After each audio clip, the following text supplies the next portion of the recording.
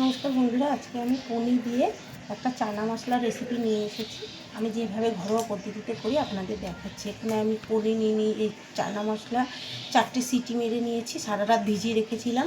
নিয়েছি আলু আর পেঁয়াজ, আদা রসুন লঙ্কা বাটা আর পেঁয়াজ কুচি।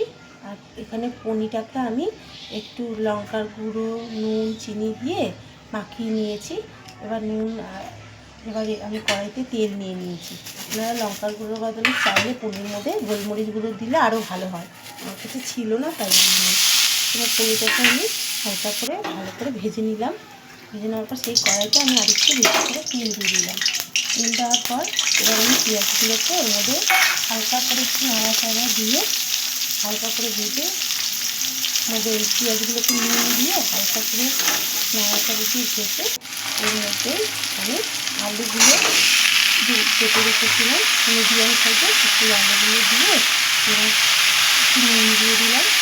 দেওয়ার পর আলু আর পেঁয়াজটাকে আমি ভালো করে ভাজা ভাজা করে নেবো ঢাকা দিয়ে। দেখুন, ঢাকা দিয়ে ভাজা ভাজা করলে মিডিয়াম আলু রেখে আলুটা ভাজাও হবে প্লাস সিদ্ধ হয়ে যাবে।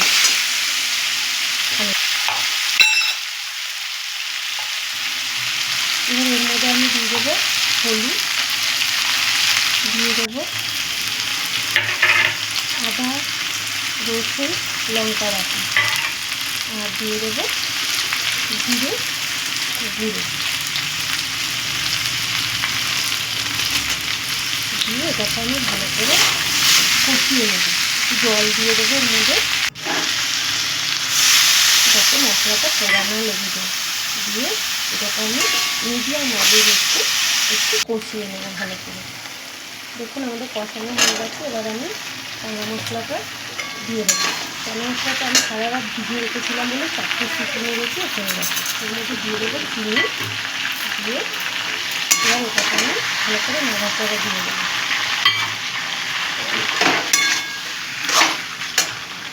নাড়াচাড়া দেওয়ার পর কিছুক্ষণ পর এটা মাখা হয়ে গেলে এবার আমি দিয়ে দেবো এর মধ্যে একটু চানা মশলা।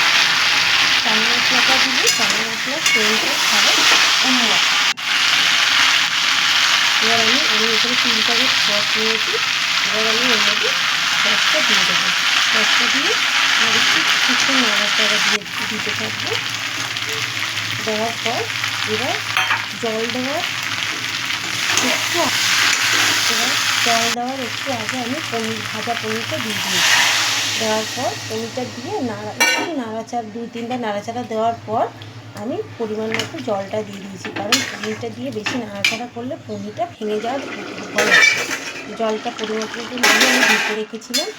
এবার কিছুক্ষণ পর আমি ঢাকনা খুলে প্রায় মিডিয়াম আঁচে রেখেছিলাম আমি যেহেতু, তাই আমি 3-4 মিনিট পর আমি খুলে দেখলাম যে আমার জলটা অনেকটাই টেনে গেছে। এবার আপনারা যেমন খাবেন সেরমভাবে গ্রেভি তৈরি করে নেবেন। দেখুন আমাদের চানা মশলা রেডি হয়ে গেছে। আশা করি বাচ্চা বড় সবারই ভালো লাগবে। ভালো লাগলে একটা লাইক এবং সাবস্ক্রাইব করে দেবেন। ভালো থাকুন, সুস্থ থাকুন। দেখা হবে পরের একটি রেসিপি নিয়ে।